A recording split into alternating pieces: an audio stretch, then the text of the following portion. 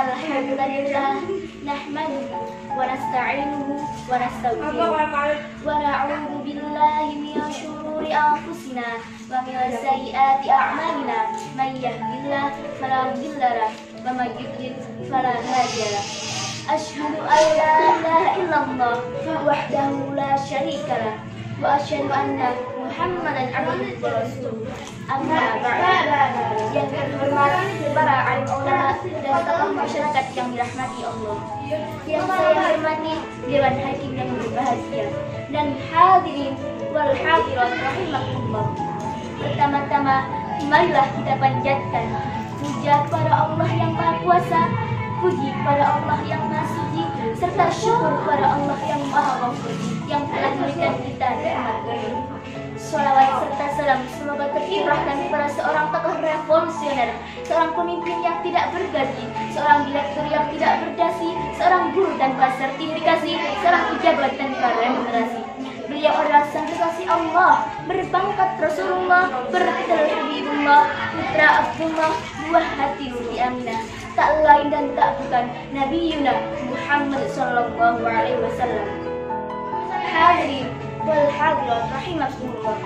Beberapa abad silam, dalam tatanan sejarah umat Islam, ada banyak sekali perbuatan-perbuatan kejam yang dilakukan oleh manusia-manusia yang tidak memiliki rasa kemanusiaan.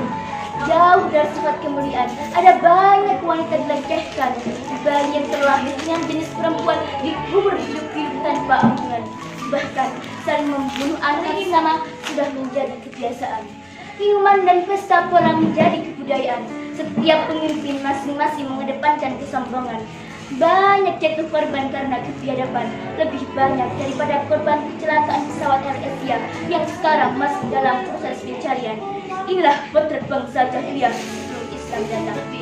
Beberapa abad silam, juga dalam tatanan sejarah umat Islam, tepatnya pada tanggal 12 Rabiul Awal di hari Senin, lukisan indah, catatan sejarah mencatat tentang kelahiran orang yang akan membawa cahaya di tengah kegelapan.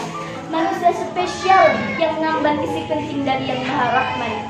Seorang yang mengubah peradaban kelam menjadi peradaban yang penuh dengan kebanggaan. Beliaulah baginda Nabi Muhammad sallallahu alaihi wasallam. Hadirin wal hadirat rahimakumullah. Allah berfirman, A'udzu billahi minasy syaithanir rajim. Bismillahirrahmanirrahim. Laqad kana lakum fi Rasulillahi uswatun hasanah liman kana yarjullaha wal yawmal akhir wa dzakarallaha katsiran. Sadaqallahul azim.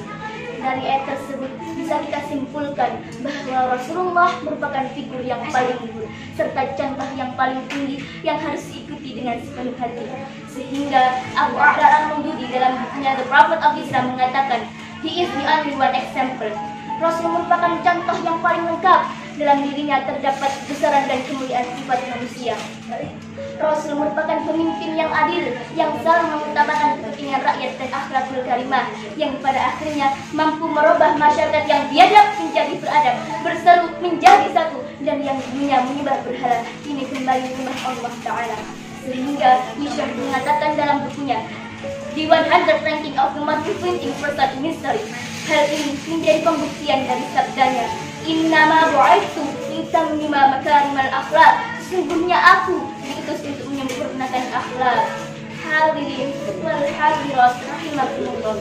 Di antara begitu banyaknya sifat dan akhlak terpuji Rasulullah, salah satu sifat yang menjadi kunci sukses dakwah Nabi dalam revolusi mental bangsa jahiliyah adalah rendah hati. Beliau mengajarkan kita untuk tidak membedakan strata apalagi harta, tidak membedakan kasta apalagi tahta, tidak membedakan bangsa apalagi bahasa. Biarpun orang Banjar, kula wong Jawa, biarpun di kaum Dayak, kula orang Budur, di hadapan Allah kita sama. Sallallahu alaihi Muhammad. Pada akhirnya, semoga apa yang saya sampaikan dapat menjadi renungan yang kemudian melahirkan kesadaran, sekaligus dapat menerapkan bagian kepribadian Rasulullah dalam kehidupan, sehingga kita bisa menjadi bagian orang yang penuh iman, yang selalu merendahkan hati dan menebarkan kebaikan tanpa memandang perbedaan, sehingga kita dapat kebahagiaan di dunia dan di akhirat kelak. Sekian dapat yang saya sampaikan. Ihdinas siratal mustaqim. Assalamualaikum warahmatullahi wabarakatuh.